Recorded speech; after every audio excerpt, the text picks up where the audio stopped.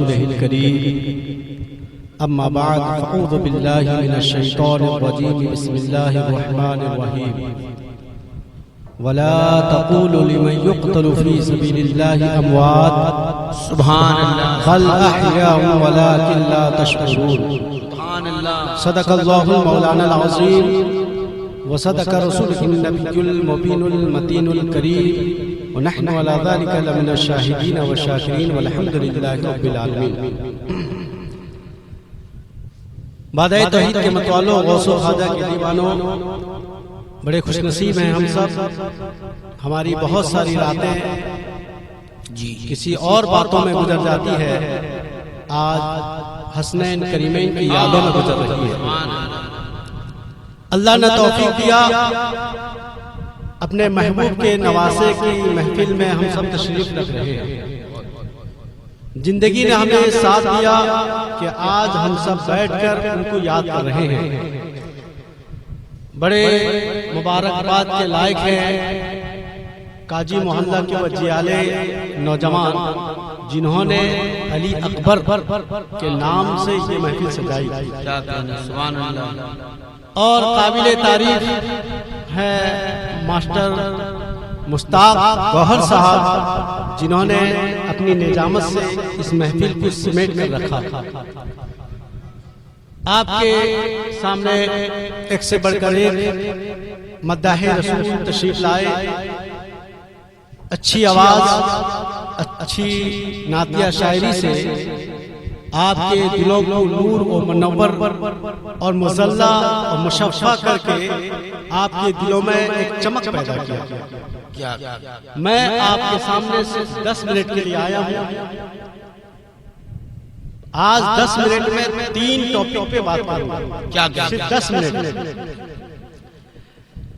پہلی ٹاپک یہ ہے اہل بیت کون ہے. نہیں حضرت، بات یہ 10 منٹ آپ کو وقت دیا گیا نہیں، ان لوگوں کے لیے 10 منٹ ہے. ان کو اگر اچھا نہیں لگے گا تو 10 منٹ میں جا سکتے ہیں، اگر اچھا لگے گا تو رات بھر آپ کو بلوا سکتے ہیں. یہ ہنر جانتے ہیں بلوانے کا یہ لوگ. اور ایک بار جھوم کے درود پاک پڑھی، اللہم صلی علی سیدنا مولانا محمد صلی اللہ علیہ وسلم.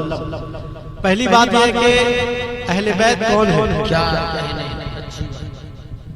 دوسری بات یہ ہے کہ کربلا کے میدان میں ہوا کیا. تیسری بات یہ ہے کہ کربلا کے بعد کیا ہوا. آپ کو کربلا تک سنے، کربلا کے بعد کیا ہوا وہ آج سنانے والے. لیکن جب بھی کوئی بات سنے اس کو صرف کان سے نہیں، دل کے کانوں سے سنے، جو دل پہ اثر کرے. ورنہ یہ رات کا جاگنا، دن کا بھاگنا، یہ سب کوئی کام کا نہیں ہے. اگر محبت سے سنیں گے یہ ایک حرف بھی آپ کو 1000 نیکیوں کے برابر ثواب دیتا ہے. سبحان اللہ سبحان اللہ. اور ایک بار نبی اور آل نبی پر جھوم کے درود پاک پڑھیں، اللہم صلی علی سیدنا مولانا محمد صلی اللہ علیہ وسلم. قتل حسین اصل میں مرگ یزید ہے، قتل حسین اصل میں مرگ یزید ہے. اسلام زندہ ہوتا ہے ہر کربلا کے بعد، اسلام زندہ ہوتا ہے ہر کربلا کے بعد. میں نے جس آیت کریمہ کی تلاوت کرنے کا شرف حاصل کیا، اللہ تعالیٰ ارشاد فرماتا ہے جو اللہ کے راستے میں شہید ہو جائیں، جو اللہ کے راستے میں کٹ جائیں، شہید ہو جائیں، انہیں مردہ مت کہو. وَلَا تَقُولُوا، انہیں مردہ مت کہو. اے لوگوں، تمہیں ان کی زندگی کا شعور نہیں، وہ زندہ ہے تمہیں معلوم نہیں. آدمی سوچتا یہی ہے مردہ اس کو کہتا ہے جس کے جسم سے جان نکل جائے. مردہ وہ ہے جس کا سر تن سے جدا ہو جائے. مردہ وہ ہے جس کا ہاتھ الگ ہو جائے. مردہ وہ ہے جس کا پیر الگ ہو جائے. مردہ وہ ہے جس کا جسم کا ریزہ ریزہ ہو جائے.